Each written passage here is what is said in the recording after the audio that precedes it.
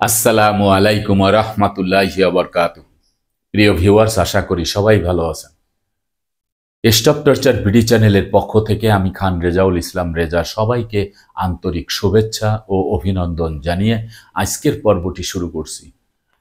আজকের পর্বের যে ভিডিও, সেই ভিডিওর মূল বিষয় হচ্ছে রেকর্ড খতিয়ান থেকে যদি বোনের নাম বাদ পড়ে যায় তাহলে সেই বোন কি সম্পত্তি পাবে কি পাবে না, এই বিষয়টি নিয়ে বিস্তারিতভাবে আলোচনা করব।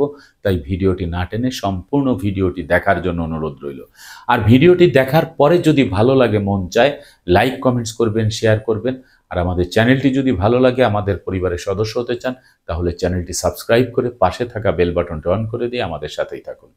প্রিয় ভিউয়ার্স, রেকর্ড খতিয়ান থেকে কোনো ওয়ারিশের নাম যদি বাদ পড়ে যায়, শুধু বোন না, যে কোনো ওয়ারিশের যদি নাম বাদ পড়ে যায় তাহলে তিনি সম্পত্তি পাবে কিনা, এই বিষয়টি নিয়ে আলোচনা করার আগে আমি তিনটি বিষয় নিয়ে আলোচনা করব। এক নাম্বার হচ্ছে যে মৃত ব্যক্তির সম্পত্তি দাবি করছি সেই মৃত ব্যক্তি সম্পর্কে, দ্বিতীয় নাম্বার হচ্ছে রেকর্ড খতিয়ান সম্পর্কে, তৃতীয় নাম্বার হচ্ছে দলিল সম্পর্কে। এই তিনটি বিষয় নিয়ে যদি আলোচনা করি, আপনারা কিন্তু একদম ক্লিয়ার, পরিষ্কার বুঝে যাবেন যে তারা সম্পত্তি পাবে কিনা। একজন মৃত ব্যক্তি যখন পৃথিবী থেকে চলে যান তখন তিনি কিছু সম্পত্তি রেখে যান এবং তিনি কিছু ওয়ারিশ রেখে যান। এই মূল সম্পত্তির মালিক যদি দলিল মূলে হয়ে থাকে তাহলে সাব রেজিস্টার অফিসও মৃত ব্যক্তির নামে দলিল আছে, বালাম বইতেও তার নাম আছে। যদি রেকর্ড খতিয়ান মূলে মালিকানা পেয়ে থাকেন তাহলে সেই রেকর্ড খতিয়ানও কিন্তু ভূমি অফিস যেগুলি আছে, প্রত্যেকটি ভূমি অফিসে এই মৃত ব্যক্তির নামে নামজারি করা আছে, রেকর্ড খতিয়ানে নাম আছে, তিনি কিন্তু প্রকৃত মালিক সেই মৃত ব্যক্তি। এখন তিনি মারা যাবার পরে যে সম্পত্তি রেখে গেছে, যতগুলি দাগ রেখে গেছে, যতগুলি ওয়ারিশ রেখে গেছে, এই ওয়ারিশরা কিন্তু এই সম্পত্তির অগ্রাধিকার ভিত্তিতে তারা কিন্তু মালিক এবং তারা এই বাবা মায়ের মৃত্যুর পরে এই সম্পত্তি তারা কিন্তু হিস্সা মোতাবেক প্রত্যেক দাগে, প্রত্যেক ইঞ্চিতে তারা সম্পত্তি পাবে। একজন ওয়ারিশকে বাদ দেওয়ার কোনো সুযোগ নাই। তবে কিছু কিছু ওয়ারিশ বাদ হয়ে যায়। কিভাবে হয়ে যায় আমি একটু উদাহরণ দিব।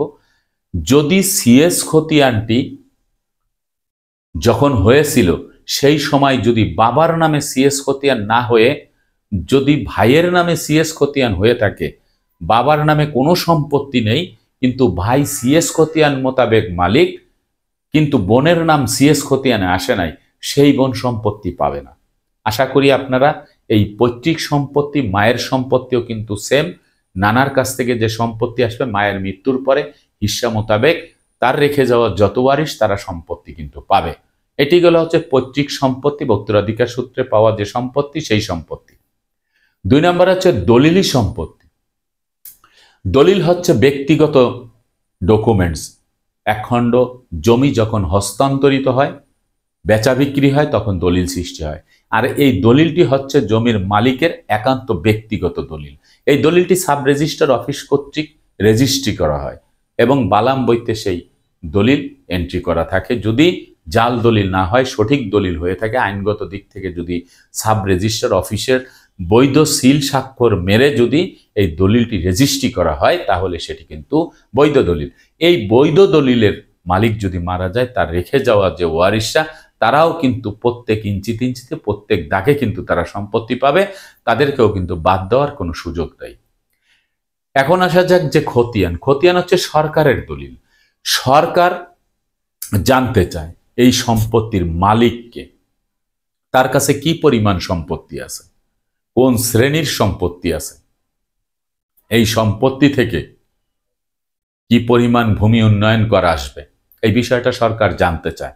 এবং এই জনসাধারণের যে সম্পত্তি, এই সম্পত্তি থেকে শ্রেণী মোতাবেক পরিমাণ অনুযায়ী খুব সহজে যে ভূমি উন্নয়ন করটা কিভাবে আদায় করা যাবে, সেই লক্ষ্যে এই জরিপ কার্যটি পরিচালনা করা হয় এবং এই খতিয়ানে তাদের নাম লিপিবদ্ধ করা হয়।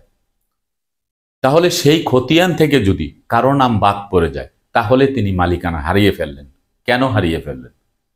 সিএস খতিয়ান থেকে নাম বাদ পড়া হচ্ছে। সিএস খতিয়ান হচ্ছে একটি রাষ্ট্রীয় স্বীকৃতি খতিয়ান, যেখানে ব্রিটিশ সরকার আমলে জমিদার প্রথা ছিল, তখন রায়তি স্থিতিবান হিসাবে যাকে মালিকানা দিয়ে গেছেন তিনিই মালিক, যার নাম নেই তিনি মালিক না। বোনের নাম যদি সেই সিএস খতিয়ানে না থাকে, বাবার নামে যদি কোনো সম্পত্তি না থাকে, ভাই যদি সিএস খতিয়ানের মালিকানা নিয়ে আসে, তাহলে সেই ভাইয়ের অন্য কোনো ভাই বোন সম্পত্তি পাবে না, ভাইয়ের সন্তানরা সম্পত্তি পাবে। কিন্তু সিএস খতিয়ানে যদি বাবার নাম থেকে থাকে, তাহলে বাবা সকল সম্পত্তির মালিক, দলিল মূলে মালিক হলো বাবা সকল সম্পত্তির মালিক। মায়ের মৃত্যুর পরে মা যে সম্পত্তি রেখে যাবে সেই সম্পত্তি মা মালিক।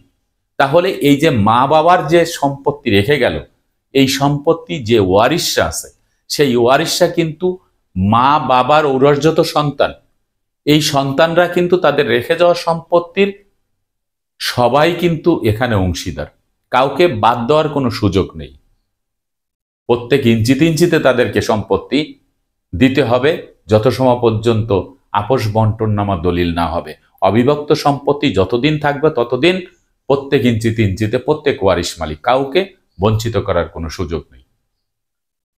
এখন আসা যাক যে সিএস খতিয়ানের পরে বাকি যে খতিয়ানগুলি আছে, সেই খতিয়ান থেকে যদি কোনো ওয়ারিশের নাম বাদ পড়ে যায়, তাহলে যারা বাদ পড়ে যাবে প্রত্যেক ওয়ারিশ সম্পত্তি পাবে।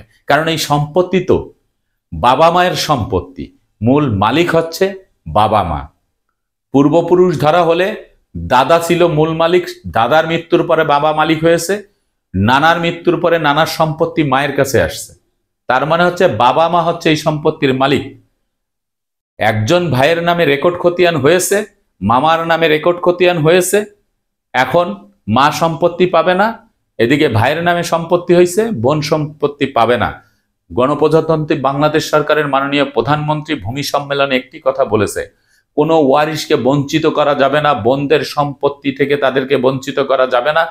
যদি কোনো ওয়ারিশকে বঞ্চিত করা হয় তাকে শাস্তি পেতে হবে, জরিমানা গুনতে হবে। মৌখিকভাবেও যদি কেউ বলে যে সম্পত্তি আমি আমার ভাইকে দিয়ে দিলাম, সেই ভাই সেই সম্পত্তি ভোগ দখলে রাখতে পারবে, খেতে পারবে, কিন্তু বোন যখন অভিযোগ করবে তার সম্পত্তি দিয়ে দিতে হবে। অনেক সময় আমাদের সমাজে দেখা যায় যে বোনদের বিবাহ হওয়ার পরে বোন শ্বশুর বাড়িতেই মারা গেছে, কিন্তু ভাগ্নে ভাগ্নিরা তাদের দুঃসময়ে মায়ের সম্পত্তি চাওয়ার জন্য মামা বাড়ি আসলে তখন বলা হয় যে তোমার মা মৌখিকভাবে আমাদেরকে সম্পত্তি দিয়ে গেছে, এই সম্পত্তি এখন আর তোমাদের নাই, আমাদের নামে রেকর্ড হয়ে গেছে। এই সূত্রটা সব জায়গায় চলে, যার কারণেই আজকের ভিডিও। তো এই সূত্রটার জন্য যারা বঞ্চিত আছেন তারা ভরকে যাবেন না, তারা হতাশাগ্রস্ত হবেন না, আশা হারিয়ে ফেলবেন না।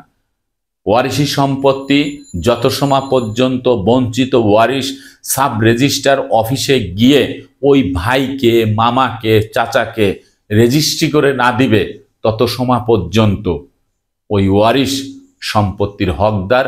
আইনগত দিক থেকে তিনি সম্পত্তি পাবে, তার সম্পত্তি থেকে তাকে বঞ্চিত করা যাবে না, যাবে না, যাবে না। এখন এই সম্পত্তি যদি পেতে হয়, তাহলে পাওয়ার আগে বলে নেই, যদি যিনি রেকর্ড বুনিয়াদে খাচ্ছেন ভোগ দখলে, তার যদি সেই সম্পত্তির মালিকানা ধরে রাখতে হয়, তাকে বঞ্চিত ওয়ারিশের দলিল দেখাতে হবে। তিনি স্বেচ্ছায় সজ্ঞানে সাব রেজিস্ট্রার অফিসে গিয়ে দলিল রেজিস্ট্রি করে দিয়েছে, যেই দলিল সাব রেজিস্ট্রারে বালাম বইতে আছে, এটা জাল দলিল না, এটা আইনগত দিক থেকে বৈধ দলিল। তাহলেই শুধু এই মামা, চাচা, যারা ভাই সম্পত্তি খাচ্ছে তারা খেতে পারবে। কিন্তু যদি মৌখিকভাবে বলে দিয়ে থাকে বা একটি রেকর্ডে নাম চলে গেছে, বোনরা সম্পত্তি পাবে না, যে ভাই বঞ্চিত হয়েছে সে সম্পত্তি পাবে না, এই সমস্ত টালবাহানার দিন শেষ হয়ে গেছে। এই সমস্ত আইন কাউকে শিখাতে হবে না। ওয়ারিশি সম্পত্তির সত্ত্ব ধ্বংস হবে না যত সময় পর্যন্ত বঞ্চিত ওয়ারিশ সাব রেজিস্ট্রার অফিসে গিয়ে দলিল না করে দেবে। সেই জন্য যারা বঞ্চিত ওয়ারিশ, যে বোন রেকর্ডে নাম আসে নাই, ভাই রেকর্ডে নাম আসে নাই, চাচার রেকর্ডে নাম আসে নাই, এই যাদের নাম আসে নাই তাদের কাজ হচ্ছে সকল কাগজপত্র উত্তোলন করতে হবে। কার কাগজপত্র? যেই ব্যক্তির সম্পত্তির মালিকানা আপনি দাবি করছেন, এই ব্যক্তির সম্পত্তির সকল কাগজপত্র উত্তোলন করতে হবে। সিএস খতিয়ান মূলে যদি মালিকানা ধরেন, তাহলে সিএস খতিয়ান মোতাবেক সিএস খতিয়ান এবং হালনাগাদ যে খতিয়ানটি বর্তমান সময় আছে, এই সকল খতিয়ানের কপি উত্তোলন করতে হবে। যদি কোথাও না পান, এই খতিয়ান জেলা প্রশাসকের ডিসি রেকর্ড রুমে সম্পত্তি পাবেন, কারণ জরিপ কার্য শেষ হওয়ার পরে সকল রেকর্ড খতিয়ানের কপি কিন্তু জেলা প্রশাসকের রেকর্ড রুমে সংরক্ষণ করা থাকে একটা কপি, সেখান থেকে আপনারা নিতে পারবেন। আর যদি দলিলি সম্পত্তি হয় তাহলে সাব রেজিস্ট্রার অফিস থেকে তল্লাশি দিয়ে সার্টিফাইড কপি তুলে নিতে হবে।